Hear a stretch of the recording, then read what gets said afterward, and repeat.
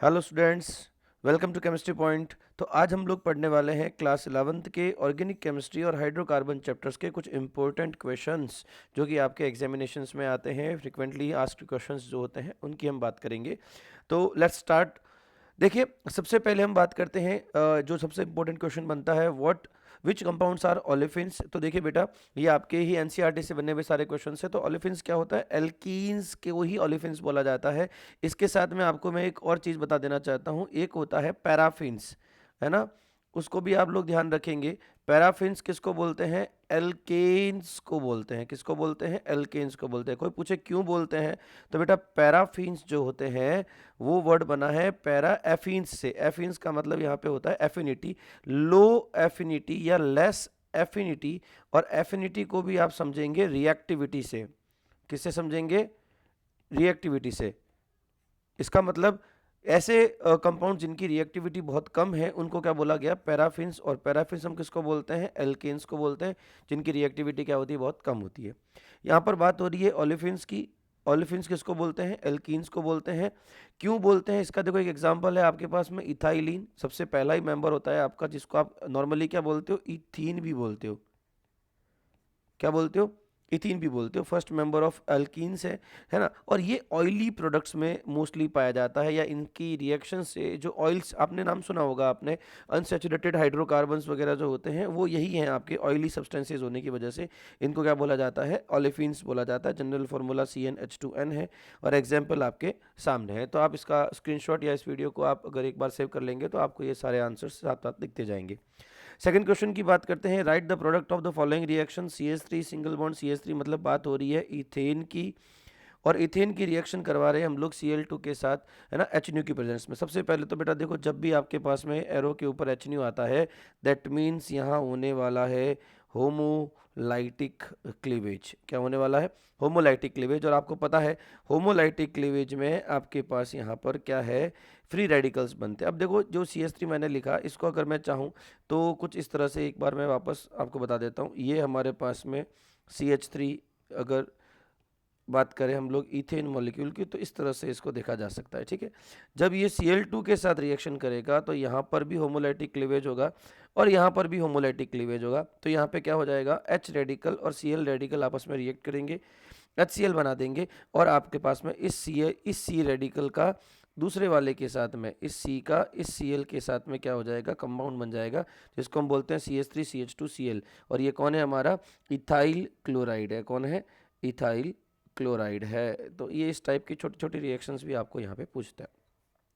बात करते हैं थर्ड क्वेश्चन की। Draw chain isomers of C5H12। देखो, C5H12 की बात हो रही है, तो सबसे पहले तो आपको ये पता होना पड़ेगा कि C5H12 किस फॉर्मूले में आता है। तो देखो, ये पेंटेन कहलाएगा, है ना। और अगर आपको पता है तो एल्केन्स का जनरल फार्मूला होता है CnH2n+2। तो यहाँ पे 5 5 2 10, 10+2 12 हो जाएगा, राइट। तो ये एक तो पेंटेन है। उसके बाद में उसकी क्या बनाना है? Chain isomer. सबसे पहले तो आपको याद रखना पड़ेगा, chain isomers are what? Chain isomers are those in which the carbon chain are different but the molecular formula remain same. सबसे पहला नंबर आता है आपका एन पेंटेन, जो हम लोग सिंपली बनाते ही हैं, यहाँ पे बनाया हुआ है। आइसो पेंटेन की बात करें तो देखो, आपको आइसो पेंटेन हमने कई बार बताया है, ये आइसो की कंडीशन होती है ना। और इसके आगे वापस 3 तो है ही ऑलरेडी, और 2 कार्बन और लगा देंगे तो ये कहलाएगा आइसोपेंटेन। और एक आपके आ जाता है नियोपेंटेन। तो ये तीनों के तीनों क्या है? आपके चेन आइसोमर्स है C5H12 के, राइट। उसके बाद बात करते हैं फोर्थ क्वेश्चन की। Draw resonating structures of benzene. देखो, मैंने आपकी हेल्प के लिए एक बार सारे आंसर्स को मोटा मोटी जितने भी हैं उनको सबको मैंने लिख दिया है, ताकि इस वीडियो ज़्यादा लंबा ना हो जाए। सो एन्जॉय इट, और अच्छे से इसको एक बार रिवीजन कर लेना। आपका मोस्टली क्वेश्चन इनमें से ही आने वाले हैं। बेंजीन की रेजोनेटिंग स्ट्रक्चर सबसे पहले तो याद रखना है, कैकुलेन है ना। कैकुले ने ये बेंजीन की रेजोनेटिंग स्ट्रक्चर बनाई थी। इसके अलावा एक और आपकी हायर क्लासेस में देखने को मिलेगी, डेवार की रेजोनेटिंग स्ट्रक्चर्स, बट वो हमारे यहाँ पे कोर्स में नहीं है। हमको कैकुले वाली याद रखनी है। सिंपली आपको ये 2 स्ट्रक्चर्स बनानी है। ये दोनों तो है रेजोनेटिंग स्ट्रक्चर्स, राइट। और ये है रेजोनेंस हाइब्रिड, रेजोनेंस हाइब्रिड, ठीक है। तो ये कुछ आपको याद रखना है। तो रेजोनेटिंग स्ट्रक्चर्स पूछे तो ये है, और रेजोनेंस हाइब्रिड बोले तो आपको ये है। यहाँ पे आपको सर्कल बनाना पड़ेगा। कुछ किताबों में आपको सर्कल की जगह अगर डॉट डॉट भी देखने को मिल जाए तो वो गलत नहीं है, राइट। नेक्स्ट क्वेश्चन की तरफ आगे बढ़ते हैं। Define hyper conjugation with example. तो देखो मैंने बुक की डेफिनेशन को प्रीफर किया है यहाँ पे, आप लोग थोड़ा सा अपने मन से भी अगर चाहें तो डेफिनेशन लिख सकते हैं। क्या है? Hyper conjugation is a general stabilization interaction, it involves delocalization of sigma electron of CH bond of an alkyl group directly attach to an atom. आप थोड़ा सा स्ट्रक्चर में अगर आप ध्यान से देखें तो मैंने क्या कहा, डीलोकेलाइजेशन ऑफ हाइड्रोजन, मतलब आपका ये या ये, इन तीनों में से कोई एक हाइड्रोजन डीलोकेलाइज हो सकता है कहाँ? अपने एडजेसेंट एटम की तरफ। एडजेसेंट एटम पर क्या है? इलेक्ट्रॉन की यहाँ पे आपको देखने को मिल रही है डेफिशिएंसी है, पॉजिटिव चार्ज है। तो अगर ये हाइड्रोजन अपने इलेक्ट्रॉन को सेक्रीफाइस करके अगर इधर इस कार्बन को दे दे तो इससे देखो यहाँ पे आ जाएगा डबल बॉन्ड, और इस वजह से यहाँ पर H ने अपना सेक्रीफाइस किया अपने इलेक्ट्रॉन का और कार्बन के ऊपर के पॉजिटिव चार्ज को रिमूव किया, and this is basically hyper conjugation. ठीक है, तो ये आपको ध्यान रखना है। इसकी ऑर्बिटल स्ट्रक्चर वगैरह मैंने आपको सारी यहाँ पे दे दी है, राइट। तो CH bond of an alkyl group directly attach to an atom of unsaturated system और to an atom with an unsaturated p orbitals. ये दोनों कंडीशंस आपकी बुक में अलग अलग दे रखी है, तो मैंने एक कंडीशन बनाई है सिर्फ कार्बोकैटायन वाली। इसके अलावा भी दूसरी कंडीशन अगर आपको बुक में देखनी है तो एक बार आप देख सकते हैं। ठीक है, ये इसका कंप्लीट आंसर हो जाता है, और आप दोनों में से कोई एटलीस्ट एक डायग्राम तो जरूर बनाए, और अगर इजी रहेगा तो ये बनाना ठीक रहेगा ताकि आपको चीज़ें क्लियर हो जाएगी। ठीक है, कार्बोनियम आयन को ही हम क्या बोलते हैं? कार्बोकैटायन भी बोलते हैं, so don't forget it. Move to the next question, write the IUPAC name of the following. बहुत सिंपल से क्वेश्चंस आपको यहाँ पे दे रखे हैं, CH3 CH और यहाँ है Br, और फिर आगे वापस है CH2 CH3, ऐसा कुछ है। सिंपली 1 2 3 4, आप यहाँ से नंबरिंग नहीं देंगे, नंबरिंग यहीं से देंगे क्योंकि सब्स्टिट्यूएंट को मिनिमम नंबर मिलना चाहिए था। 2 पे ब्रोमो है और लॉन्ग कार्बन चेन कितने की है? 4 की है, तो ये हो गया 2 ब्रोमो ब्यूटेन। नेक्स्ट बात करें तो ये आपका हो जाएगा CH3 CH double bond CH single bond COH। Main functional group हमारा इधर है तो नंबर यहीं से देना पड़ेगा चाहे किसी को कोई नंबर मिले। तो 4 कार्बन की चेन हो गई है ब्यूट, और ब्यूट में वापस देखो आपको सेकेंडरी प्रीफिक्स और सेकेंडरी सफिक्स और प्राइमरी सफिक्स में डिफरेंस आपको पता रखना पड़ेगा। ठीक है ना, तो ये पहले आएगा ब्यूट 2 इन, है ना, और फिर ये ऑइक एसिड आ जाएगा तो हो जाएगा 2 ब्यूट 2 इन ऑइक एसिड। यहाँ एक छोटी सी गलती अक्सर बच्चा करता है, वो ये है कि बच्चा ENE का लास्ट वाला ई भी लगा देता है। याद रखना बेटा, जब भी आप सभी जो इनका मेन फंक्शनल ग्रुप है उसका जब आप सफिक्स जोड़ते हो तो आपको ई जो एल्केन का हो, चाहे एल्कीन का हो, चाहे एल्काइन का हो, ये रिमूव कर देने हैं, है ना, ये आपको नहीं लगाने। तो this will be the correct answer. अगर MCQs में ऐसा क्वेश्चन आता है और उसमें अगर ई लगा रखा है तो that will be incorrect. Okay, next question, what is the peroxide effect, explain with one example. तो आप जानते हो एक होता है आपका मार्कोनिकॉव रूल, एक होता है आपका एंटी मार्कोनिकॉव रूल। ठीक है, तो मार्कोनिकॉव रूल और एंटी मार्कोनिकॉव रूल दोनों में डिफरेंस आपको पता ही होगा, एक बार मैं फटाफट बता देता हूँ। जब भी आप एसिमेट्रिक एल्कीन की बात करते हो, किसकी बात करेंगे हम लोग? एसिमेट्रिक एल्कीन की, और तब आपको किसी HX को जोड़ना है तो आपका जो नेगेटिवली चार्ज X है वो उस डबल बॉन्ड वाले कार्बन पर जाना प्रेफर करेगा जो मोर एल्काइल सब्सटीट्यूटेड है ना। तो इस हिसाब से आपके पास में जो ये प्रोडक्ट बनेगा वो बनेगा कुछ इस तरह का।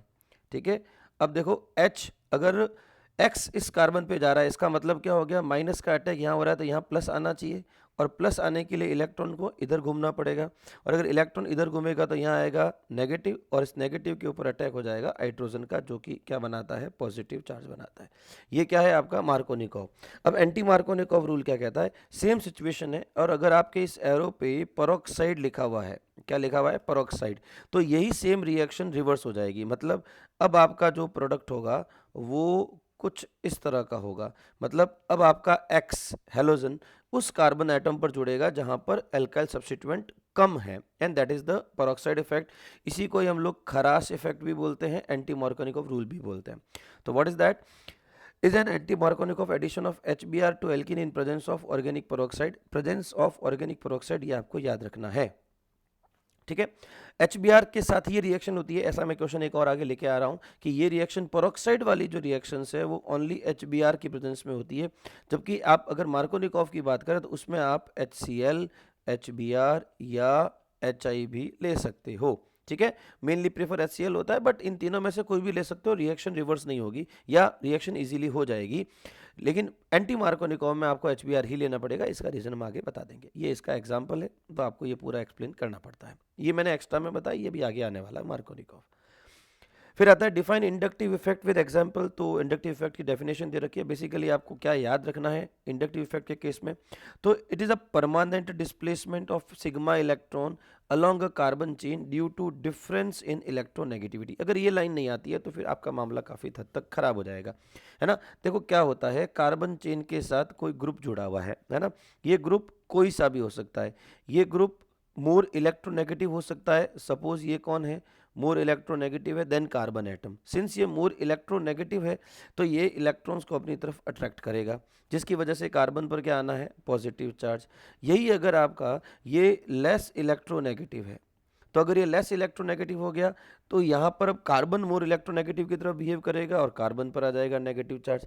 तो ऐसे में दो तरह के इफेक्ट प्रोड्यूस होते हैं। अच्छा, परमानेंट क्यों बोलते हैं इसको, परमानेंट इसलिए बोलते हैं क्योंकि ये उसी ग्रुप से शो होता है जो उस कार्बन के साथ पहले से अटैच्ड है। कहीं बाहर से कोई ग्रुप नहीं आ रहा, ये ऑलरेडी अटैच्ड ग्रुप है, वही इसको ये इफेक्ट दिखा रहा है। दैट इज वाई ये परमानेंट इफेक्ट है। सिग्मा इलेक्ट्रॉन का डिस्प्लेसमेंट है और ये इलेक्ट्रोनेगेटिविटी के डिफरेंस की वजह से होता है, transmitted through sigma bonds. And ये 3 कार्बन एटम तक आपको देखने को मिलता है। फर्स्ट पर थोड़ा ज़्यादा होगा, सेकंड पे थोड़ा कम होगा, थर्ड पे उससे भी कम होगा। दो तरह के होते हैं, माइनस आई प्लस आई। देखो प्लस आई कब होगा, जब मोर इलेक्ट्रोनेगेटिव है ना। और सॉरी अभी मैं बात कर रहा हूँ पहले तो माइनस आई कब होगा, तो देखो जब आपका मोर इलेक्ट्रोनेगेटिव है, इलेक्ट्रॉन अगर इसको दिया जा रहा है और कार्बन पर क्या आ रहा है, नेगेटिव चार्ज आ रहा है। तो एक सेकेंड, अगर बात करें हम लोग ये माइनस आई और प्लस आई की, तो माइनस आई और प्लस आई कब होगा, तो देखो अगर आपका जो जुड़ा हुआ ग्रुप है वो इलेक्ट्रॉन रिलीजिंग ग्रुप है। रिलीजिंग ग्रुप का मतलब वो कार्बन चेन को इलेक्ट्रॉन दे रहा है, तो ऐसे केस में ये कहलाएगा प्लस आई इफेक्ट। और अगर ये इलेक्ट्रॉन एक्सेप्ट कर रहा है, अपनी तरफ अट्रैक्ट कर रहा है, तो ये क्या कहलाएगा, minus I effect, electron withdrawing group, और ये इलेक्ट्रॉन डोनेटिंग इफेक्ट है। अब यहाँ पर आपको दे रहा है एग्जाम्पल Cl का, तो Cl being more electronegative, Cl electron खींचेगा, कार्बन पर पॉजिटिव चार्ज लाएगा, और सिंस ये कार्बन पर पॉजिटिव चार्ज ला रहा है तो ये कौन सा इफेक्ट हो गया, माइनस आई इफेक्ट, और ये वाला क्या हो गया, plus I effect. 9th question की बात करें, defined resonance effect with example. तो देखो रेजोनेटिंग इफेक्ट का भी पूरा डेफिनेशन मैंने यहाँ पे क्लियर दे रखा है ना। यहाँ पर आपको कुछ बातें जो याद रखनी है वो हाईलाइटेड क्या रखनी है, वो रखनी है। एक तो defined as the polarity produced in the molecule by interaction of 2 pi bonds और between a pi bond and lone pair of electron present on adjacent atom. Basically ये बात कर रहा है कॉन्जुगेशन की। आपको मैंने कई बार क्लासेस में समझाया है कॉन्जुगेशन क्या चीज़ है ना। तो कॉन्जुगेशन एक कंडीशन है जिसमें डबल बॉन्ड के नेक्स्ट एटम पर, डबल बॉन्ड वाले बॉन्ड के एटम के नेक्स्ट एटम पर या तो लोन पेयर हो सकता है, या फिर आपके पास यहाँ पे क्या हो सकता है, कोई पॉजिटिव चार्ज है, कोई नेगेटिव चार्ज है, ऐसा कुछ भी अगर इसके ऊपर लगा हुआ है, या डबल बॉन्ड अल्टरनेट मैनर में है, ऐसा कुछ भी है, तो वो क्या है, आपका कॉन्जुगेशन है। या फिर आपके कोई फ्री रेडिकल है, इन सब कंडीशंस को कॉन्जुगेशन बोलते हैं। और रेजोनेंस होने के लिए कॉन्जुगेशन का होना कंपलसरी है, ठीक है। 2 टाइप के रेजोनेंस होते हैं, इसी को मेसोमेरिक इफेक्ट भी बोलते हैं, ये भी आप ध्यान रखना है। तो इसलिए कई बार इसको आर इफेक्ट या एम इफेक्ट भी कहते हैं, राइट। दो तरह के होते हैं, पॉजिटिव रेजोनेटिंग इफेक्ट और नेगेटिव रेजोनेटिंग इफेक्ट। अब देखो वैसे मैंने ये जगह इसलिए छोड़ रखी ताकि आपको मैं ये बता सकूं कि पॉजिटिव रेजोनेटिंग इफेक्ट कैसे शो होता है, नेगेटिव रेजोनेटिंग इफेक्ट कैसे शो होता है। तो आपको आपकी बुक में अच्छे से डायग्राम बना रखा है। तो बेसिकली आप अगर फिनॉल की स्ट्रक्चर को देखें, फिनॉल की रेजोनेटिंग स्ट्रक्चर को अगर आप ध्यान से देखें तो आपको काफ़ी हद तक रेजोनेंस समझ में आ जाएगा। ये है फिनॉल, फिनॉल का ये OH है और इसके ऊपर ये लोन पेयर लगा हुआ है। अगर ये इस तरह से शो कर रहा है, मतलब यहाँ पर आपका जो ग्रुप जुड़ा हुआ है बेंजीन रिंग के साथ, वो इलेक्ट्रॉन देने का काम कर रहा है। तो ऐसे केस में बेंजीन रिंग पर क्या आ जाता है, नेगेटिव चार्ज आ जाता है। क्या आ जाता है, नेगेटिव चार्ज आ जाता है। ये नेगेटिव चार्ज आ चुका है और ये आगे से आगे रेजोनेंस शो करता है, करेक्ट। तो इस तरह से जो ये रेजोनेंस शो हो रहा है, देखो ये आपको सब बनाना पड़ेगा एग्जाम में। अगर ये आप नहीं बनाते हो तो आगे फिर ये दिक्कत आपको कर सकता है, ठीक है। तो मैं ये आपके लिए यहाँ पर क्या बना रहा हूँ, रेजोनेटिंग स्ट्रक्चर्स बना रहा हूँ। तो इसको आपको बनाने की प्रैक्टिस करनी पड़ेगी। लगभग 90% केस में ये बनता ही आता ही आता है एग्ज़ाम में क्वेश्चन। तो 12th के लिए भी इम्पोर्टेंट है और 11th में भी अक्सर इसके बारे में बात करते हैं। तो ये आपके पास में कंप्लीट फिनॉल की रेजोनेटिंग स्ट्रक्चर्स। तो यहाँ पर क्योंकि फिनॉल ने बेंजीन रिंग में माइनस चार्ज दिया है, मतलब इलेक्ट्रॉन डेंसिटी बढ़ाई है, दैट इज़ वाई ये प्लस आर इफेक्ट है। और अगर मैं माइनस आर की बात करूँ तो नाइट्रो बेंजीन जो है ना, वो बेंजीन रिंग की क्या करता है, इलेक्ट्रॉन डेंसिटी को घटाता है, डिक्रीज करता है, एंड दैट इज़ वाई वो आपका क्या कहलाता है, नेगेटिव रेजोनेटिंग इफेक्ट कहलाता है। तो आप ये बुक में एक बार स्ट्रक्चर्स आप देख सकते हैं, इजी है, बनानी आपको पड़ेगी, एग्जाम में पूछते हैं, राइट।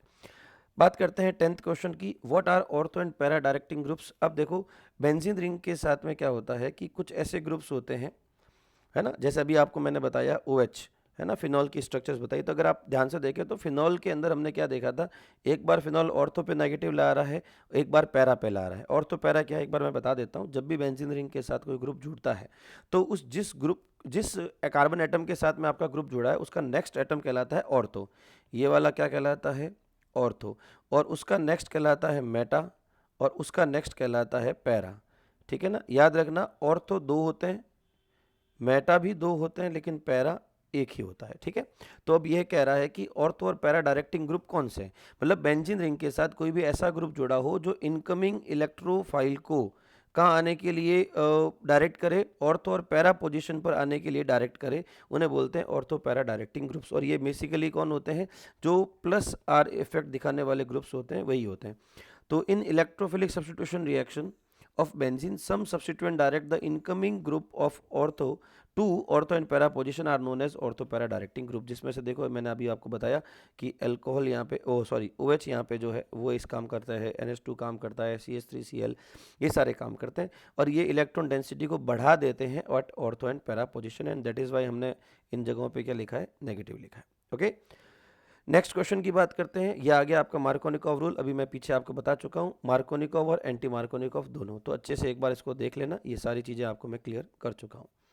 बात करते हैं 12th क्वेश्चन की, एरोमेटिक कंपाउंड्स क्या होते हैं। तो देखो कुछ एग्जांपल्स की बात भी की इन्होंने। तो aromatic compounds are the cyclic organic compound that show special ability due special stability due to the delocalized pi electron. देखो इसमें भी कॉन्जुगेशन वाला ही सीन है, बेंजीन रिंग में कॉन्जुगेशन होना ही चाहिए।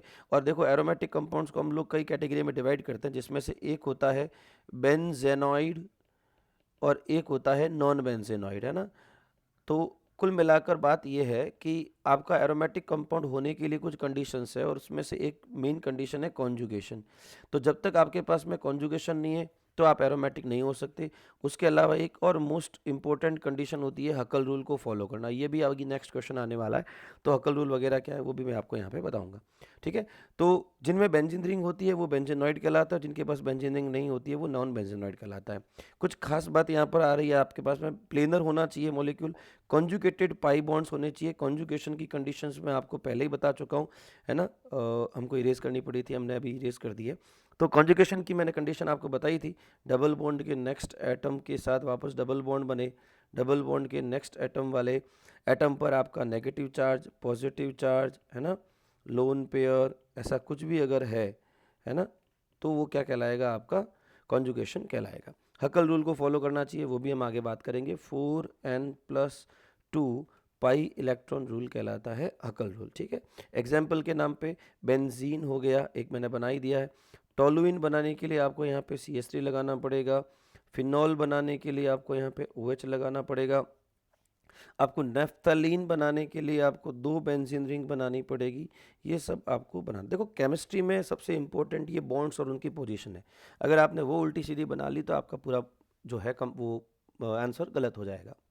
नेक्स्ट क्वेश्चन है characteristics of the aromatic compound. As I have discussed, cyclic structure होनी चाहिए, प्लेनारिटी होनी चाहिए, कॉन्जुगेटेड पाई सिस्टम होना चाहिए, कंप्लीट डीलोकलाइजेशन। डीलोकलाइजेशन का मतलब होता है इलेक्ट्रॉन्स आगे से आगे ट्रांसफ़र हो सके, है ना, डीलोकलाइज हो सके, तो भी वो एरोमेटिसिटी शो करेगा। एंड दूसरा है अकल रूल को फॉलो करें। देखो अकल रूल के बारे में थोड़ा सा और डिटेल में बात कर लेते हैं।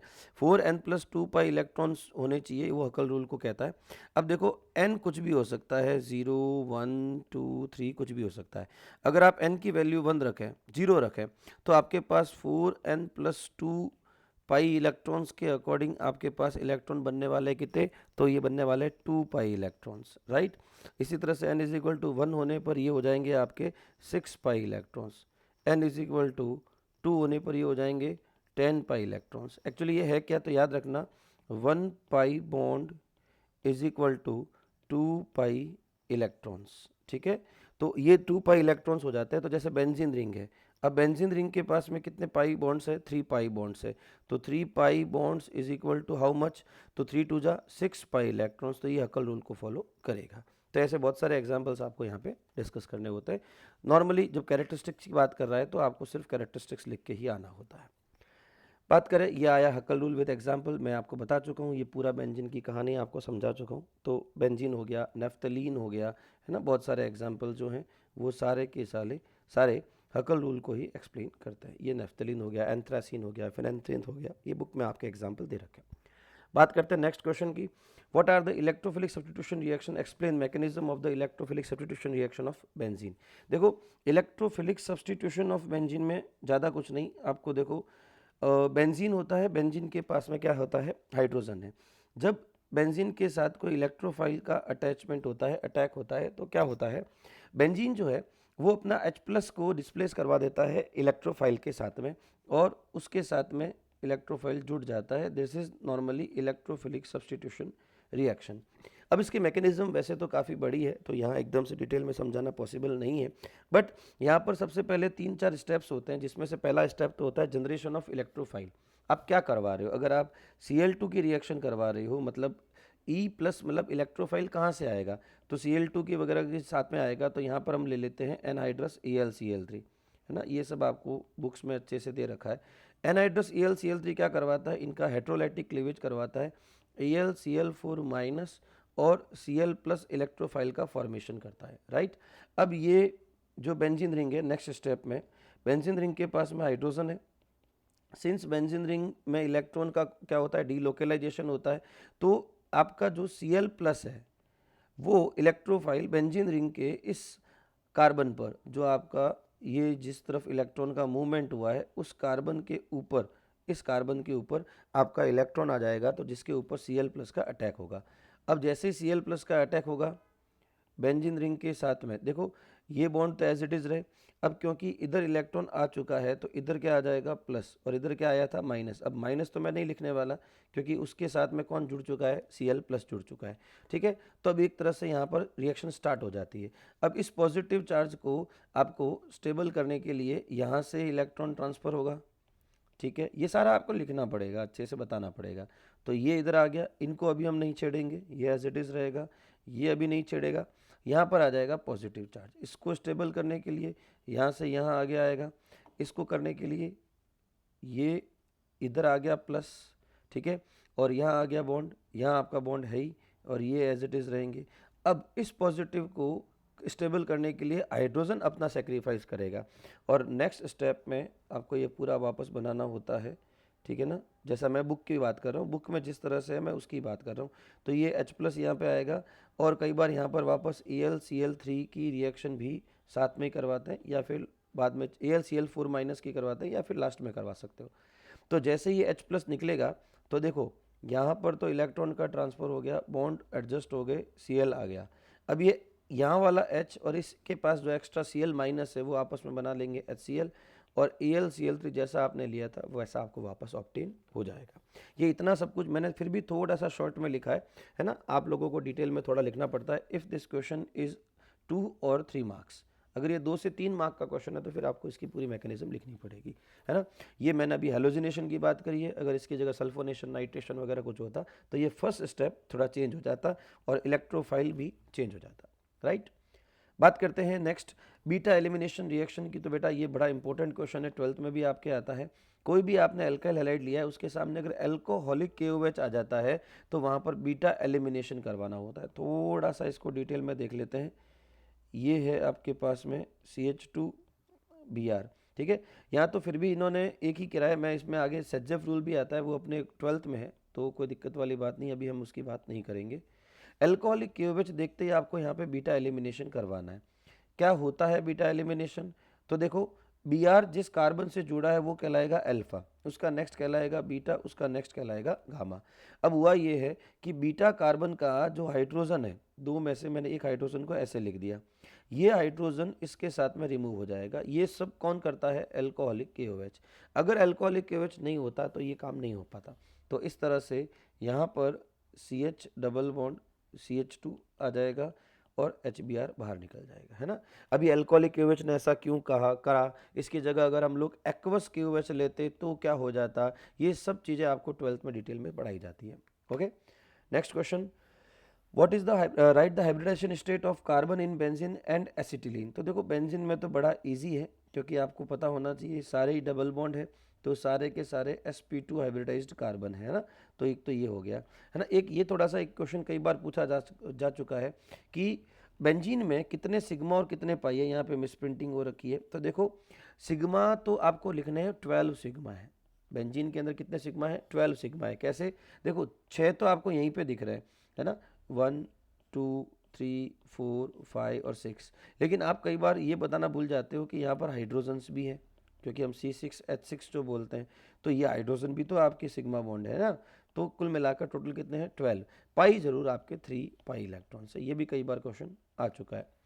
एसिटिलीन आप थोड़ा सा नाम को याद रखना, इथाइन जो होता है ना उसे बोला जाता है एसिटिलीन, है ना। ये कई काफ़ी बार जो है ना थोड़ा सा कंफ्यूजिंग हो जाता है। तो एसिटिलीन इथाइन को बोलते हैं, और जिसको आप लोग कुछ इस तरह से लिखते हैं, ठीक है। तो ये आपका हो गया एसिटिलीन या इथाइन। और इसमें आपको कुछ क्या पूछा है, हाइब्रिडाइजेशन, तो ये है sp, ये भी क्या है sp। और अगर इसमें सिग्मा पाई पूछे तो 1 सिग्मा 2 सिग्मा और 3 तो है यहाँ पे सिग्मा, और पाई कितने हैं 2, क्योंकि एक ट्रिपल बॉन्ड में कितने होते हैं 2 पाई इलेक्ट्रॉन्स होते हैं। नेक्स्ट क्वेश्चन की बात करें, draw labelled diagram of distillation under reduced pressure. देखो बेटा ये ऐसे क्वेश्चंस है जो वैसे तो बहुत कम पूछे जाते हैं, लेकिन कभी कभार पूछ लेते हैं। तो मैं रिकमेंड करूंगा कि आप एक बार इनको जरूर देखें, स्पेशली ये जो 2-3 क्वेश्चंस मैं दे रहा हूँ उनको तो एक बार देख ही लेना, क्योंकि ये कुछ बार PYQs में आ चुके हैं। तो डिस्टिलेशन अंडर रिड्यूस्ड प्रेशर, अब ये पूरा इसका प्रिंसिपल है, आप एक बार थोड़ा सा देख लेना, आपको थोड़ा बहुत समझ में आ जाएगा। डायग्राम मैंने आपका यहाँ पे दे दिया है, बुक का डायग्राम है, तो आने के चांस तो बनते हैं, ठीक है। 19th क्वेश्चन है, products of the following reaction. कुछ रिएक्शंस आपको दे रखी है। सबसे पहले रिएक्शन दे रखी है बेंजीन की CH3COCl के साथ और एनहाइड्रस AlCl3। ये एक्चुअली बेटा एग्जांपल है आपका फ्रिडल क्राफ्ट एसाइलेशन या एसिटाइलेशन का एग्जांपल है। करना कुछ भी नहीं है इसमें, वही जो भी अपने इलेक्ट्रोफिलिक सब्स्टिट्यूशन की बात करी थी वैसा ही कुछ है।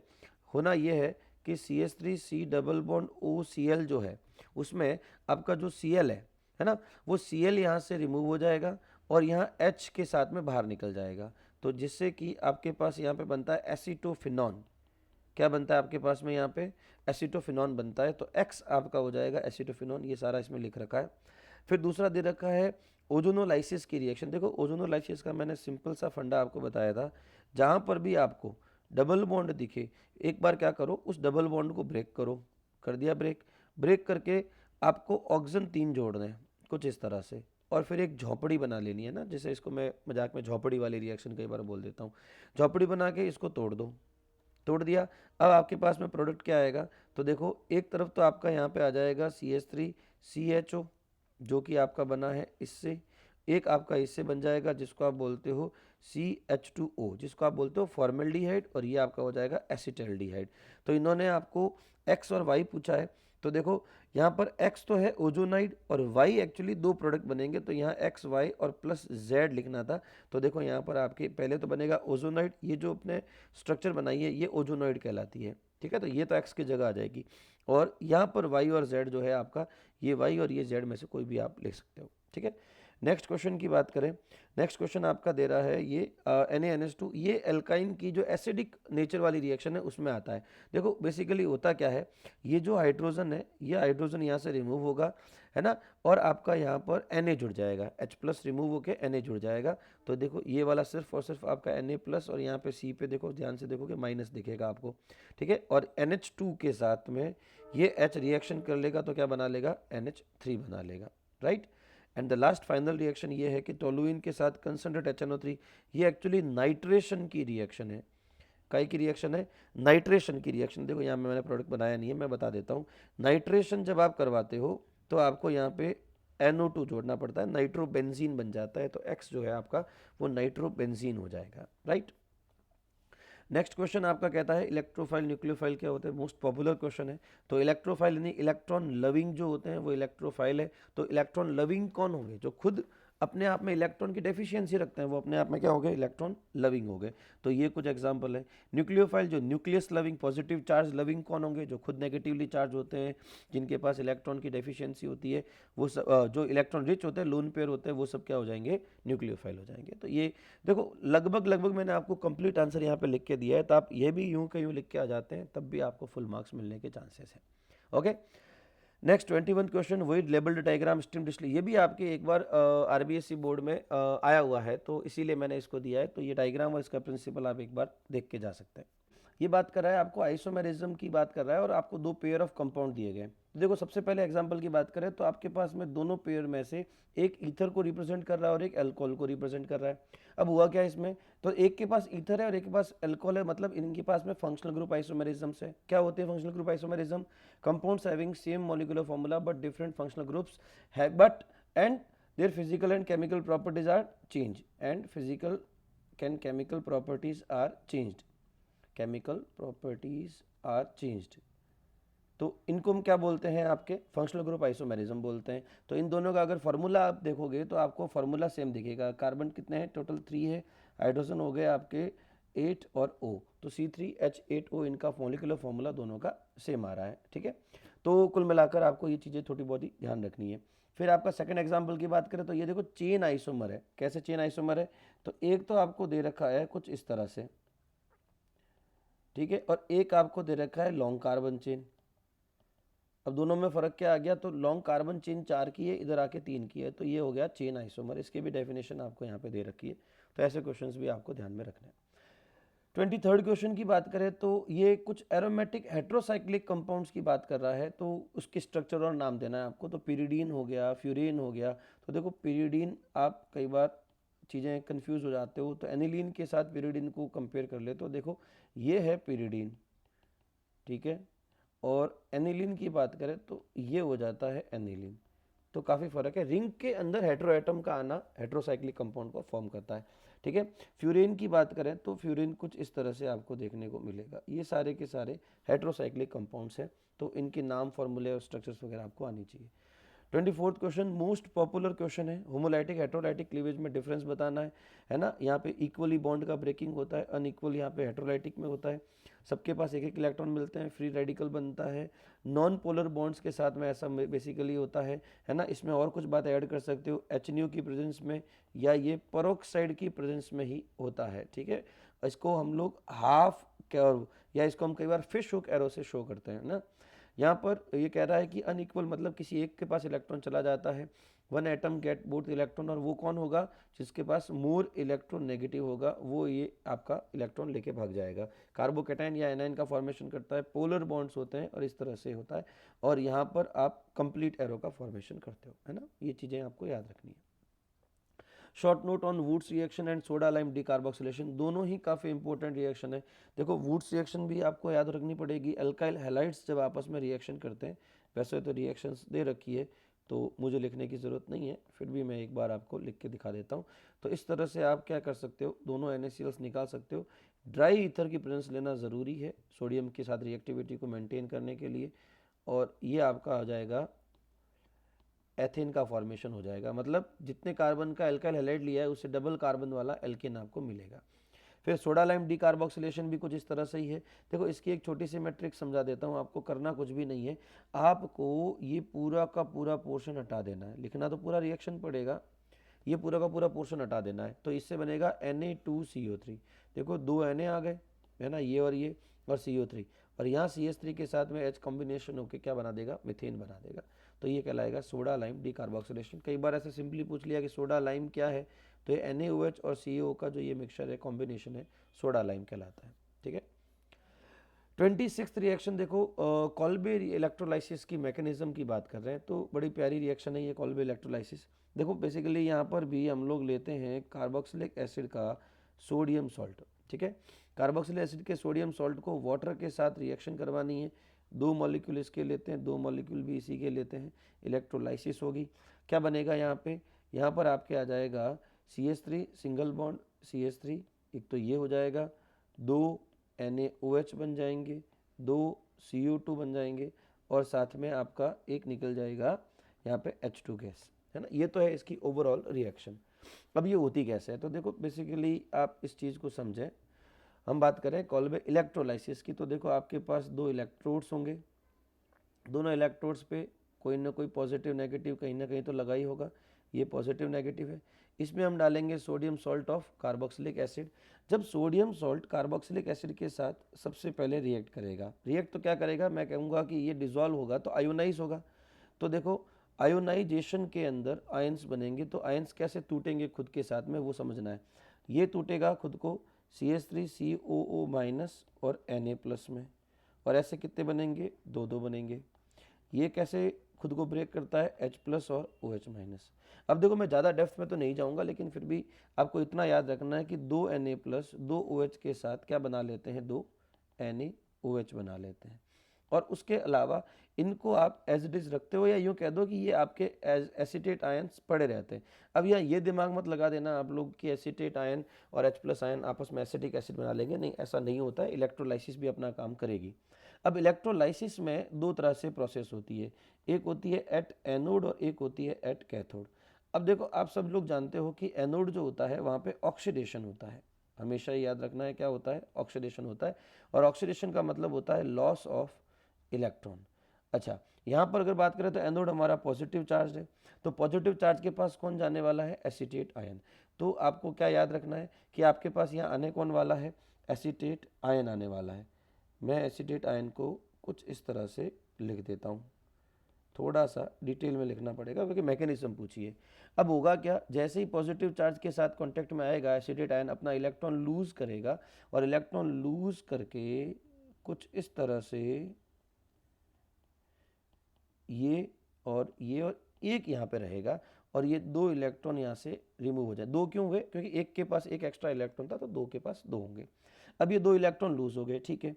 अब उसके बाद में देखो आपके ऑक्सीजन के पास इलेक्ट्रॉन की आ गई है डेफिशिएंसी।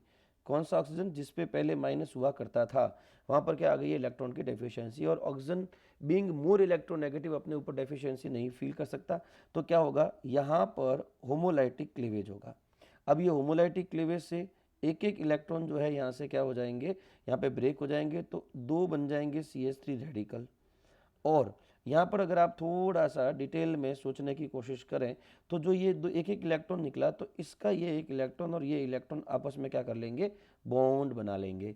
तो यहाँ पर आपके पास आ जाते हैं 2CO2, एंड फाइनली ये दोनों CH3 रेडिकल आपस में बॉन्ड बना के CH3 सिंगल बॉन्ड CH3 का फॉर्मेशन कर लेते हैं। अगर आप थोड़ा सा और अच्छे से सोचें तो देखो हमने क्या क्या प्रोडक्ट बना लिया। सबसे पहले तो हम यहाँ से NaOH लिख लिया, आ गया हमारे पास। फिर हमने अगर आप देखो तो यहाँ पे 2CO2 बना लिए, ये भी आ गया, और हमने यहाँ पे CH3 भी बना लिया। अब बचा कौन है, H2। ये कहाँ बनेगा, ये बनेगा आपका कैथोड पर। क्या बनेगा, कहाँ बनेगा, कैथोड पर। कैथोड पर होता क्या बेटा, रिडक्शन होता है। क्या होता है, रिडक्शन होता है। रिडक्शन का मतलब क्या हो गया, गेन ऑफ इलेक्ट्रॉन। अब गेन ऑफ इलेक्ट्रॉन कैसे होगा, तो ये जो दो इलेक्ट्रॉन हमने लूज किए थे, यही दो इलेक्ट्रॉन कौन गेन करेगा, आपका H प्लस गेन करेगा। और जैसे ये दो इलेक्ट्रॉन गेन हुए 2H बन गए, और दोनों H आपस में कंबाइन होकर कौन सी गैस बना लेगा, हाइड्रोजन गैस। कई बार बहुत छोटे छोटे क्वेश्चन बनते हैं कि हाइड्रोजन गैस का फॉर्मेशन कहाँ होता है, तो याद रखना कैथोड पर होता है, और CO2 गैस का फॉर्मेशन कहाँ होता है, एनोड पर होता है। ऐसे भी छोटे छोटे क्वेश्चन बन सकते हैं। ओके, नेक्स्ट 27th क्वेश्चन की बात करते हैं। Structural formula and IUPAC name of isopentane. Isopentane बड़ा बेसिक सा, आपको मैंने अभी शायद पिछले कुछ क्वेश्चन में भी आइसो की बात की थी हमने। तो आइसो की ये कंडीशन होती है, और पेंटेन के लिए यहाँ पे कितने कार्बन लगाने पड़ेंगे, है ना, टोटल आपके हो जाएंगे 3 और 2 5 कार्बन। तो ये इस तरह से हो गया। अब इसका IUPAC नाम जो पूछा है हमको, तो लॉन्ग कार्बन चेन ये हो जाएगी, तो 2 मिथाइल ब्यूटेन, तो ये हो जाएगा आपका 2 मिथाइल ब्यूटेन। ठीक है। 28th क्वेश्चन, ये जो मैंने अभी आपको इससे बारे में बात की थी कि जो पेरोक्साइड इफेक्ट है वो सिर्फ और सिर्फ HBr ही क्यों दिखाता है, HCl या HI क्यों नहीं दिखाता। तो देखो ऐसा है कि आपका जो ये पेरोक्साइड इफेक्ट है वो एक्चुअली एक फ्री रेडिकल मैकेनिज्म है, फ्री रेडिकल सब्सटीट्यूशन मैकेनिज्म से होता है। और अब होता यह है कि जो आपका फ्री रेडिकल बनाने के लिए HCl जो होता है उसका जो बॉन्ड है वो काफ़ी स्ट्रांग होता है, तो ये इजीली खुद को ब्रेक करके रेडिकल के साथ रिएक्ट करने में कैपेबल है नहीं। तो HCl की बॉन्ड एंथैल्पी बहुत ज़्यादा होती है, कितनी होती है 430 के अराउंड होती है, जो तोड़ना मुश्किल है। अगर बात करें HI की, तो HI तो इतना वीक बॉन्ड बनाता है कि खुद ब खुद खुशी के मारे टूट जाता है और यहाँ पर हाइड्रोजन गैस और आयोडीन गैस का फॉर्मेशन कर लेता है ना। जब तक पेरोक्साइड के साथ रिएक्शन होने के बाद प्रोडक्ट फॉर्मेशन की बारी आती है, उससे पहले ही हाइड्रोजन और आयोडीन गैस में कन्वर्ट हो जाता है। तो इसकी एनर्जी काफ़ी लो है, बॉन्ड एंथैल्पी कितनी है आपकी 296, बहुत कम है, और HCl की बहुत ज़्यादा है। तो इन दोनों के बीच में आता है HBr। HBr ऐसा भी नहीं है कि इजीली खुद को ब्रेक करके ब्रोमीन गैस निकाल ले, और इतना भी स्ट्रांग नहीं है कि रिएक्शन ही ना करे, तो इसलिए HBr इज़ मोर कन्वीनियंट। तो आप इसका आंसर को देखना, बुक का ही आंसर है, आपको इतना आंसर लिख के आना ही पड़ता है, ठीक है।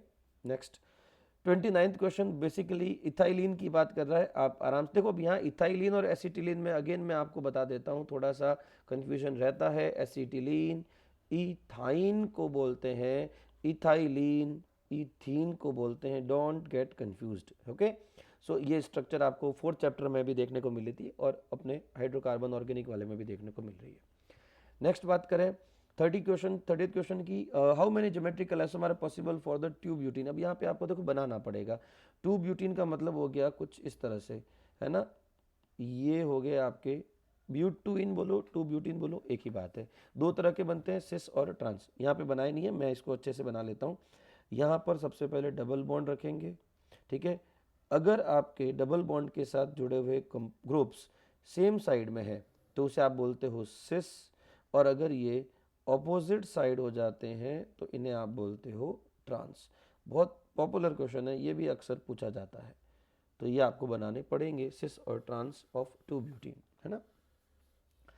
What is polymerization, give polymerization reaction of ethyne to form benzene, है ना। पॉलीमराइजेशन का बेसिकली देखो, पॉली का मतलब होता है मैनी, पॉली का मतलब क्या होता है मैनी, और मर्ज का मतलब होता है यूनिट्स, ठीक है। तो जब बहुत सारी यूनिट्स आपस में कंबाइंड होकर एक कंप्लीट कंपाउंड बनाता है, जिसको हम बोलते हैं मैक्रोमोलिक्यूल बनाता है, उस प्रोसेस को बोलते हैं पॉलीमराइजेशन। तो is a process in which small molecules, जिसको हम नॉर्मली मोनोमर्स, मोनो मतलब सिंगल, मर्स मतलब unit, monomers combined to form a large molecule is called as polymer, और इस प्रोसेस को बोलते हैं पॉलीमराइजेशन। अगर इथाइन की बात करें, आपकी बुक में दे रखी है रिएक्शन, 3 इथाइन मॉलिक्यूल खुद के साथ एक दूसरे के साथ रिएक्ट करते हैं। बहुत प्यारी रिएक्शन और काफ़ी पॉपुलर रिएक्शन है, ठीक है। ये आपस में रिएक्शन करते हैं, रेड हॉट आयरन ट्यूब के अंदर से इनको पास करते हैं, ठीक है। और यहाँ पर क्या होता है, यहाँ पे साइक्लाइजेशन हो जाता है, मतलब एक तरह से आपका पॉलीमराइजेशन हो जाता है। ये सारे एक एक बॉन्ड जो हैं, तीनों के एक एक बॉन्ड ब्रेक हो जाते हैं और ये आपस में एक नया बॉन्ड बना लेते हैं। ये बोलता है साइक्लिक पॉलीमराइजेशन का एक एग्जाम्पल है, जिसमें कुछ इस तरह से आपको रिएक्शन देखने को मिलेगी, ठीक है ना। तो ये अच्छी रिएक्शन है, आ सकती है एग्ज़ाम में, तो इसका ध्यान रखें। तो ये बेंजीन बनाने की रिएक्शन है, जिसको आप बेसिकली ऐसे लिखना पसंद करते हो, ठीक है। तो ये है polymerization reaction of ethyne. Next बात करें, वाई आर एल्काइंस आर, बहुत पॉपुलर और बड़ा प्यारा क्वेश्चन है, इंपॉर्टेंट भी लगा सकते हो कि एल्काइंस जो होते हैं वो मोर एसिडिक क्यों होते हैं एल्केन या एल्कीन से। तो देखो बेटा, एक कॉन्सेप्ट आपको मैंने यहाँ पे कई बार बोला भी होगा और आपको याद भी रखना है, परसेंट एस करेक्टर जो होता है वो इलेक्ट्रोनेगेटिविटी के डायरेक्टली प्रोपोर्शनल होता है ना। ये चीज़ आपको ध्यान रखनी है। बात करें एल्काइंस की, तो एल्काइंस के अंदर परसेंट एस करेक्टर क्या होता है 50%, मतलब एस का रोल कितना है, तो दो, एक एस और एक पी में से एस का कितना रहने वाला है 50%, और एस ही इलेक्ट्रोनेगेटिविटी के डायरेक्टली प्रोपोर्शनल होता है। सिंस इलेक्ट्रोनेगेटिविटी ज़्यादा है तो ऑब्वियसली कि जो आपका ट्रिपल बॉन्ड के साथ जुड़ा हुआ कार्बन और उसके साथ जो जुड़ा हुआ हाइड्रोजन है, being more electronegative, this carbon will attract electron pairs of hydrogen, and as it attracts the electron pair of hydrogen, the removal of H plus becomes more easy, and that is why the alkynes are more acidic than alkenes, just because alkenes में ये 25% है, जो कि बहुत कम है, alkene में थोड़ा ज़्यादा है 33.33, एग्जैक्ट नंबर लिखते हैं कई बार, लेकिन नॉर्मली 33 भी लिख सकते हो। तो ये कुछ इस तरह से एसिडिटी इसकी क्या हो जाती है कम। तो alkynes are more acidic than alkenes and alkanes. ये एक इसका एग्जाम्पल दिया है, ये भी आपको याद रखना है, इसका हमने एक क्वेश्चन पीछे भी किया था कंप्लीट द फॉलोइंग रिएक्शन में। ओके, 33 क्वेश्चन क्या कहता है, arrange following in order of acidity. तो एसिडिटी में अब ये अपन ने पीछे जो पढ़ा वही है। देखो इसमें सबसे पहले तो आएगा आपका एल्काइन। अब एल्काइन में भी कौन आएगा, ये वाला एल्काइन है। देखो दो एल्काइन है, ये वाला ही एल्काइन क्यों आया, क्योंकि इसके पास में दो हाइड्रोजन अवेलेबल है जो कि ट्रिपल बॉन्डेड कार्बन के साथ जुड़े हुए हैं। उसके बाद में मैंने इसको क्यों लिया, इसको इसलिए लेंगे बेटा क्योंकि इस कार्बन के साथ कोई हाइड्रोजन नहीं है, तो यहाँ से कोई रिमूवल पॉसिबल नहीं है, यहाँ से सिर्फ एक हाइड्रोजन ही निकल सकता है, और इसके पास क्योंकि दो अवेलेबल थे तो ये मोर एसिडिक हुआ। ठीक है, उसके बाद में आपका अब एल्कीन एल्काइन हो गया, तो फिर पीछे कौन बचा, एल्कीन, और उसके बाद में कौन बचेगा, एल्केन। ये होता है इसका ऑर्डर। केमिकल रिएक्शन देनी है, Friedel Crafts alkylation, Friedel Crafts acylation, book में भी दे रखी है और मैंने पीछे भी आपको इसके बारे में डिटेल में बात करी है, तो आप इसको अच्छे से देख लें। फिर आता है हाइड्रोकार्बन कार्सिनोजेनेसिटी। ये भी कई बार पूछा जा चुका है कि विच हाइड्रोकार्बन। तो देखो जिन हाइड्रोकार्बन्स के पास मोर देन 3 है ना क्या होती है, बेंजीन रिंग्स होती है, वो कार्सिनोजेनिक होते हैं और ये बॉडी में जाके कैंसर कॉज करते हैं, उसको बोलते हैं कार्सिनोजेनिक, है ना। तो ये एक एग्जाम्पल थोड़ा कॉमन है, काफ़ी ईजी है, इसलिए मैंने इसको ही लिखा है। बाकी 2-3 एग्जाम्पल बुक में और दे रखे हैं, आप उन पर भी कंसिडर कर सकते हो उनको भी। ठीक है, which type of directive influence is present in phenol, right, explain with resonance. ठीक है, ये कह रहा है कि कौन सा इन्फ्लुएंस होता है। तो देखो अपन ने अभी पीछे पढ़ा भी था एक क्वेश्चन में, ortho and para directive influence इनके पास होता है, ortho and para directive influence होता है। और इसका रीज़न मैंने आपको बढ़िया अच्छे से बेंजीन की फिनॉल की रेजोनेटिंग स्ट्रक्चर बना के बताया था। ठीक है ना, तो क्या होता क्या है, एक बार ऑर्थो पे माइनस आता है, एक बार पैरा पे और एक बार वापस ऑर्थो पे। तो डायरेक्टिव इन्फ्लुएंस का मतलब ये हो गया, ठीक है, तो डायरेक्टिव इन्फ्लुएंस का मतलब ये हो गया कि इनकमिंग इलेक्ट्रोफाइल है वो कहाँ कहाँ डायरेक्ट हो सकता है। तो ये ऑर्थो पे भी हो सकता है और ये पैरा पे भी हो सकता है। तो देखो ये क्या कह रहा है, फिनॉल कंटेन्स OH ग्रुप, और OH ग्रुप क्या करता है, पॉजिटिव रेजोनेटिंग इफेक्ट शो करता है, जो कि ऑर्थो पैरा डायरेक्टिव इन्फ्लुएंस लाता है। ठीक है, यहाँ आपको बेंजीन की रेजोनेटिंग स्ट्रक्चर, फिनॉल की रेजोनेटिंग स्ट्रक्चर बनानी होती है। ठीक है, the lone pair of electron relocalize into benzene ring. ठीक है, यही ऑर्थो और पैरा पे नेगेटिव चार्ज को घुमाता है और इस तरह से ये रिएक्शन होती है। और एग्जांपल की बात करें तो नाइट्रेशन ऑफ फिनॉल वगैरह अगर आप करवाते हो, फिनॉल की नाइट्रेशन करवाते हो कंसनट्रेटेड HNO3 H2SO4 की प्रेजेंस में, तो आपको यहाँ पे ये मैं करके दिखा देता हूँ। जैसे अगर फिनॉल है और अगर उसका हम लोग कंसनट्रेटेड HNO3 और H2SO4, कंसनट्रेटेड H2SO4 की, इनको नाइट्रेटिंग मिक्सचर बोलते हैं, की प्रेजेंस में करवाते हो, तो ये इनकमिंग इलेक्ट्रोफाइल को एक बार ऑर्थो पे और एक बार पैरा पे डायरेक्ट करेंगे, मतलब ये प्रोडक्ट बनेगा, ये ध्यान रखना। 37वां क्वेश्चन कहता है, ये भी बहुत अच्छा क्वेश्चन है, कि टर्शरी कार्बोकेटाइन जो है वो मोर स्टेबल है और प्राइमरी नहीं है, ऐसा क्यों। तो देखो पहले तो आपको ये ऑर्डर याद रखना है, tertiary is more stable then secondary, primary and methyl. उसके बाद में दो रीज़न आते हैं इसमें, एक तो आता है आपका हाइपर कॉन्जुगेशन और एक आपका आता है इंडक्टिव इफेक्ट, उसमें भी प्लस इंडक्टिव इफेक्ट, है ना। तो ये हमने हाइपर कॉन्जुगेशन जब पढ़ा था तब भी मैंने अभी आपको पीछे बताया था कि हाइपर कॉन्जुगेशन बेसिकली क्या होता है। तो जब पॉजिटिव चार्ज वाले कार्बन के साथ जो कार्बन जुड़ा है उसके पास अगर हाइड्रोजन अवेलेबल है, तो ये हाइड्रोजन अपने इलेक्ट्रॉन्स को कार्बन को देकर खुद अपने आप को सेक्रीफाइस करके H+ फॉर्मेशन करता है ना। तो इस वजह से जितने ज़्यादा, देखो टर्शरी कार्बोकेटाइन के साथ क्या होता है, टर्शरी कार्बोकेटाइन के साथ में ऐसे हाइड्रोजन देने वाले 3 कार्बन है। देखो जरा, अगर आप देखो तो ये यहाँ पे भी 3 हाइड्रोजन अवेलेबल है, यहाँ पर भी 3 हाइड्रोजन अवेलेबल और यहाँ पर भी 3 हाइड्रोजन, मतलब total 9 hydrogens can sacrifice them self to stabilize the carbon atom. But यही अगर आप 2 डिग्री की बात करोगे तो 2 डिग्री के अंदर यहाँ पर सिर्फ 6 ही है, और अगर आप 1 डिग्री की बात करोगे तो 3 है, और मिथाइल में तो एक भी नहीं है। हाँ, ये भी याद रखना, मिथाइल के खुद के हाइड्रोजन इसको स्टेबल नहीं कर सकते, इस पॉजिटिव चार्ज कार्बन के साथ कोई कार्बन जुड़ा हो और उसके साथ में वापस कौन हो, नेक्स्ट हाइड्रोजन हो, तो स्टेबिलिटी आती है ना।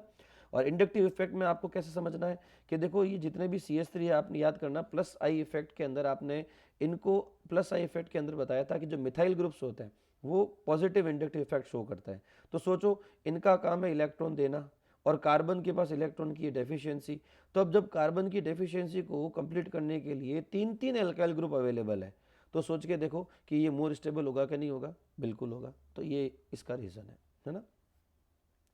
38 क्वेश्चन क्या कहता है, ज्योमेट्रिकल आइसोमर, ये मैंने अभी पीछे बना लिया है ब्यूट-टू-इन का। ये क्वेश्चन आपको बता देता हूँ, पोलर और नॉन पोलर कौन होगा। तो देखो दो चीज़ें हमने पढ़ी थी, एक पढ़ी थी सिस और एक पढ़ी थी ट्रांस। यहाँ पर थोड़ा सा आपका फोर्थ चैप्टर का नॉलेज काम में आएगा। फोर्थ चैप्टर में हमने डाइपोल मोमेंट्स वगैरह की बातें करी थी और हमने ये भी कहा था डाइपोल मोमेंट्स जो होते हैं वो डायरेक्शन पे डिपेंड करते हैं, ठीक है। तो देखो होता क्या है, यहाँ पर इन दोनों CH3 का जो इफेक्ट लगने वाला है प्लस आई इफेक्ट, वो दोनों एक दूसरे से कैंसिल नहीं हो रहा है, तो यहाँ पर म्यू कभी भी जीरो नहीं हो सकता। लेकिन अगर आप इस वाले में देखें, ट्रांस वाले में देखें तो ये दोनों एक दूसरे को कैंसिल करने की कंडीशन में है। यहाँ से जो इफेक्ट जा रहा है और यहाँ से जो इफेक्ट जा रहा है वो एक दूसरे को कैंसिल कर सकता है। और इसको हमने ऐसे भी पढ़ा था कि ये दो अगर इफेक्ट एक दूसरे को कैंसिल कर रहे हैं तो उसका म्यू हो जाता है ज़ीरो। तो ज़ीरो होने का मतलब ये हो गया आपका नॉन पोलर और ये क्या हो गया आपका पोलर। ओके, ए को आइडेंटिफाई करना है, ये आपके वुड्स रिएक्शन आ गई है तो ये अपन कर चुके हैं, इसके बारे में भी बात। तो CH3Br जब 2Na के साथ अगेन रिएक्शन करेगा तो ये NaBr का रिमूवल हो जाएगा और आपका A बन जाएगा CH3 सिंगल बॉन्ड CH3 या C2H6 भी बोल सकते हो। लेसन ए सोल्यूशन, ये 2025 में RBSE बोर्ड में आया हुआ है लास्ट ईयर क्वेश्चन। तो लेसन ए सोल्यूशन एक तरह का एक्वस एक्सट्रैक्ट है obtained after fusing of an organic compound with metallic sodium, ठीक है। मेनली आपको याद क्या रखना है कि ये किसके डिटेक्शन में काम आता है, तो ये detection of nitrogen, sulphur and halogens के अंदर काम आता है ना, ये आपको ध्यान रखना। ये मैंने यहाँ पे लिख रखा है Lassaigne a solution, Lassaigne a test. इसका मैंने एक छोटा सा शॉर्ट वीडियो अपने यूट्यूब चैनल पे भी डाल रखा है, आप चाहें तो वो भी देख सकते हैं। IUPAC नेम बताने हैं तो मेरे ख्याल से इनमें तो कोई दिक्कत नहीं आनी चाहिए आपको, है ना। अब देखो इनकी गारंटी मैं नहीं ले रहा कि ये क्वेश्चन आएंगे, क्योंकि ऐसे बहुत सारे क्वेश्चन बन सकते हैं IUPAC में। एक क्वेश्चन मैं ऐसे ही बता देता हूँ आपको, 4 कार्बन की लॉन्ग कार्बन चेन है, 4 कार्बन की आपके पास जो ये चेन है उसमें अगर आप देखें तो नंबर आपको यहाँ से देने हैं, क्योंकि डबल बॉन्ड जो है वो यहाँ से आ रहा है सेकंड नंबर पे और साथ में सब्स्टिट्यूएंट का भी काम हो रहा है। तो ये हो जाएगा 2 मिथाइल और 4 कार्बन है तो ब्यूट-टू-इन, ये हो गया आपका, ठीक है। फिर आपका जैसे ये है तो ये तो बिल्कुल एथेनोइक एसिड है, एसिटिक एसिड भी बोलते हैं। दूसरा वाला आपका आ गया CH3 CH और CH3, तो ये आपका आ गया प्रोपेन टू ऑल। और लास्ट देखो मिथाइल बेंजीन, एक्चुअली मुझे बनाना तो स्ट्रक्चर था लेकिन वो स्ट्रक्चर यहाँ पे बन नहीं पाया। एक्चुअली मिथाइल बेंजीन टोलुइन को बोलते हैं और यही इसका IUPAC नेम है। तो ये एक्चुअली या तो मैं लिखता यहाँ पे टोलुइन तो थोड़ा ठीक रहता, ठीक है ना, तो आपका आंसर बनता मिथाइल बेंजीन। ओके, चलिए 42 क्या कर रहा है, कंप्लीट द फॉलोइंग रिएक्शन। देखो ये वाली रिएक्शन मैंने अभी आपको बहुत पहले कराई बताई, साइक्लिक पॉलीमराइजेशन में यहाँ बेंजीन बनेगा, है ना, जब रेड हॉट आयरन। देखो यहाँ पे एक चीज़ याद रखना, यहाँ पे 3 लिखना कंपलसरी नहीं है, मतलब एग्जामिनर आपको 3 लिख के देगा, ये कंपलसरी नहीं है। फिर ये आपका जो सेकंड क्वेश्चन, ये सोडा लाइम डिकार्बोक्सिलेशन की है, तो इसमें मैंने आपको एक ट्रिक बताई थी, क्या करना है आपको, बस ये पूरा का पूरा रिमूव कर दो और यहाँ से H को इसके साथ जोड़ दो तो ये बन जाएगा CH4। ये है बेंजीन की 3Cl2 के साथ, ये बड़ी अच्छी रिएक्शन है, ये भी आप याद रखना। इसमें बनता है BHC, क्या बनता है, बेंजीन हेक्सा क्लोराइड, ये आपको थोड़ा ध्यान रखना है इसमें। और उसमें थोड़ा कन्फ्यूजन हो जाएगा, एक अभी आएगा आप पे आगे हेक्साक्लोरोबेंजीन में भी और बेंजीन हेक्साक्लोराइड में भी, तो इसमें कन्फ्यूजन नहीं रखना है ना, ये ध्यान रखना है। और ये है ओजोनोलाइसिस, ये भी मैं आपको करके डिटेल में बता चुका हूँ। 43 क्वेश्चन की बात करें, ये भी अच्छे क्वेश्चन है। देखो डुमास मेथड और इसी के साथ एक और आता है जेडाल मेथड, है ना। तो जेडाल मेथड और डुमास मेथड है, ये दोनों जो आपके नाइट्रोजन के क्वांटिटेटिव एस्टिमेशन में काम आते हैं। क्वांटिटेटिव एस्टिमेशन मतलब किसी सैंपल में नाइट्रोजन का कितना अमाउंट प्रेजेंट है उसके लिए काम आते हैं नाइट्रोजन इन ऑर्गेनिक कंपाउंड। और केरियस मेथड है वो हेलोजन के लिए काम में आते हैं, हेलोजन और सल्फर, मेनली बुक में हेलोजन दे रखा है तो हेलोजन के लिए काम आता है, ये थोड़े से नाम याद रखना है। वापस अगेन IUPAC नेम, तो मैं ये आपको एक काम करता हूँ, होमवर्क दे देता हूँ, तो आप इसको एक बार अच्छे से करने की कोशिश करना, नहीं समझ में आए तो फिर मुझे आप टेलीग्राम पे पूछ लेना, ठीक है। तो ये हो गया, तो ये उसके बाद में ये CH3 CH3 तो बिल्कुल ईजी है, इथेनॉल हो गया, है ना। फिर आपका CH3 3 हो गया। अब देखो यहाँ थोड़ा ये बताना चाहता हूँ मैं, CH3 3 लिखा हुआ है ना, तो इसको कुछ इस तरह से देखना है, ये इस तरह से CH3 3 3, और फिर आगे CH2CH3, ये ऐसे देखना है। आप कल को कई बच्चे ऐसे है ना, मतलब कर लेते हैं CH3 का मतलब ये है, बेटा ऐसा कुछ नहीं होता है ना। और एनिलीन का तो मैं खैर बता ही देता हूँ, बेंजीनामीन बोलते हैं। क्या बोलते हैं इसको? बेंजीनामीन बोलते हैं। 45 क्वेश्चन क्या कह रहा है आपको? हाँ, ये भी एक अच्छा क्वेश्चन है, एल्काइन बनाने की क्वेश्चन है कार्बन कैल्शियम कार्बाइड से। तो कैल्शियम कार्बाइड की वाटर के साथ रिएक्शन कराएंगे तो क्या बनेगा? Calcium hydroxide. और कैल्शियम हाइड्रोक्साइड के अलावा जो बनेगा वो क्या बनेगा? C2H2, है ना। ये थोड़ा सा आप इसको, एक्चुअली ये है क्या, कुछ नहीं। देखो कैल्शियम कार्बाइड टूटता है Ca2+ और 2C- में, और H2O टूटता है H+ और OH- में। अब ये भी दो दो हैं तो ये दो दो ले लिया, ठीक है। अब होता क्या है, कैल्शियम तो हाइड्रोक्साइड के साथ में बना लेता है कैल्शियम हाइड्रोक्साइड, और ये दो कार्बन और दो हाइड्रोजन क्या बना लेते हैं? C2H2, जिसको हम इथाइन या एसिटिलीन भी कहते हैं। 46 क्वेश्चन क्या कह रहा है आपको? ओजोनोलाइसिस। देखो ये थोड़ा सा समझने की कोशिश करना, ये अच्छा क्वेश्चन है तो अक्सर घुमा के पूछ लेते हैं। ओजोनोलाइसिस ऑफ एन एल्कीन ए, आपको एल्कीन पूछा है। अभी तक क्या हो रहा था, आपको एल्कीन दिया जा रहा था और आपको प्रोडक्ट बनाना था, और प्रोपेनॉन और इथेनॉल उससे बनते हैं। तो आप मुझे बताओ ए क्या होगा? देखो ये बड़ा अच्छा क्वेश्चन है, इसको करना कैसे? प्रोपेनॉन देखो सबसे पहले आपको लिखना आना पड़ेगा। तो प्रोपेनॉन वही आप एसीटोन को बोलते हैं, और इथेनॉल बोलते हैं एसिटल्डिहाइड को। अब देखो ये तो नॉर्मली ऐसे लिख देते हो। अब इसको आपको इस क्वेश्चन को सॉल्व करने के लिए कैसे करना है? तो आपको इन दोनों डबल बॉन्ड ओ को एक दूसरे के सामने लाना है। कैसे? देखो मैं प्रोपेनॉन को ऐसे भी लिख सकता हूं, और एसिटल्डिहाइड को या इथेनॉल को मैं ऐसे लिख सकता हूं। यस और नो? भाई लिखना तो वैसे है ही यही, लेकिन आपको एग्जैक्ट क्वेश्चन सॉल्व करने के लिए इस तरह से करना है। और फिर क्या करना है? फिर आपको इन दोनों के डबल बॉन्ड ओ को गायब कर देना है, और गायब करके इन दोनों के बीच में डबल बॉन्ड लगा देना है। यही आपका एल्कीन है, बस। तो एल्कीन एक्चुअली क्या हो जाएगा? CH3 C डबल बॉन्ड और CH3, ठीक है ना। तो यही आपका एल्कीन है, और इसका IUPAC नेम की बात करें तो 1 2 3 4 ये हो जाएगा। और नंबर हम देंगे तो यहीं से देंगे 1 2 3 4, तो 2-methyl-butadiene is the answer. 47th question, conformational isomerism क्या होती है? तो एक तरह का स्टीरियो आइसोमेरिज्म है, due to rotation around a single bond ये आपके प्रोड्यूस होती है, ठीक है। डिफरेंट डिफरेंट अरेंजमेंट्स होते हैं, उन्हीं को हम क्या बोलते हैं? कन्फर्मर्स बोलते हैं। और इथेन के कन्फर्मर्स आपको इक्लिप्स्ड और स्टैगर्ड बनाने होते हैं। देखो इक्लिप्स स्टैगर्ड बनाने में भी वापस दो चीज़ें होती है, एक न्यूमैन बनाता है, ठीक है ना, और एक स्टैगर्ड बनाता है, सोहर्स बनाता है। न्यूमैन कैसा कहता है? न्यूमैन कहता है कि आप जो पीछे वाले कार्बन को तो एक गोला बना लो, और आगे वाले कार्बन को एक डॉट बना लो। अगर आपको इक्लिप्स बनाना है, इक्लिप्स का मतलब एक दूसरे के पीछे, तब तो आप आगे वाले को फ्रंट को ऐसे बनाने के बाद में पीछे डॉट डॉट बना लो, ठीक है। ये हो गया हाइड्रोजन, और ये हो गया इथेन का इक्लिप्स्ड फॉर्मूला, ठीक है। और यही अगर हम लोग बात करें आपके स्टैगर्ड का, तो स्टैगर्ड में क्या करना है आपको? वही, ये तो सेम टू सेम है। अब इसमें आप लोगों को यहाँ पर हाइड्रोजन्स बना लेने हैं, तो ये हो जाएगा स्टैगर्ड, ठीक है ना। तो ये तो हो गए न्यूमेन्स के। सोहर्स का कैसे करना है आपको? तो देखो सोहर्स के लिए आपको थोड़ा सा अलग तरीका अपनाना पड़ेगा। खैर अब ये आपको एक बार तो याद ही रखना है, क्योंकि एग्ज़ाम में तो आपको सीधे बनाने हैं। ये हो जाएगा आपका इक्लिप्स्ड, और अगर स्टैगर्ड पूछे तो ऐसे कर देना, ये क्या हो जाएगा? स्टैगर्ड, ठीक है।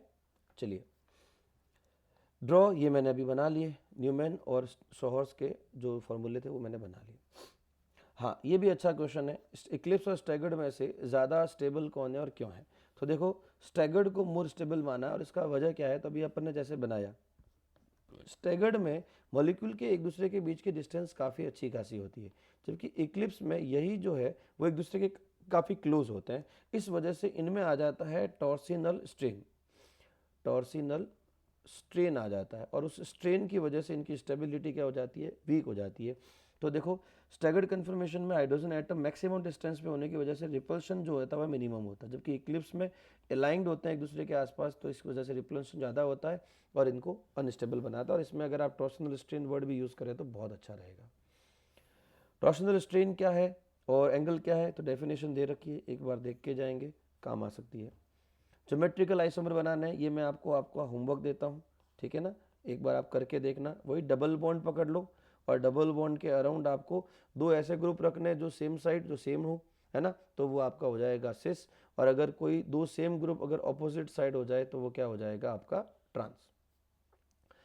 सिस and trans of hex two ene again. अब देखो बेटा हेक्स टू इन बनाना है तो पहले तो आपको हेक्स टू इन बनाना आना पड़ेगा।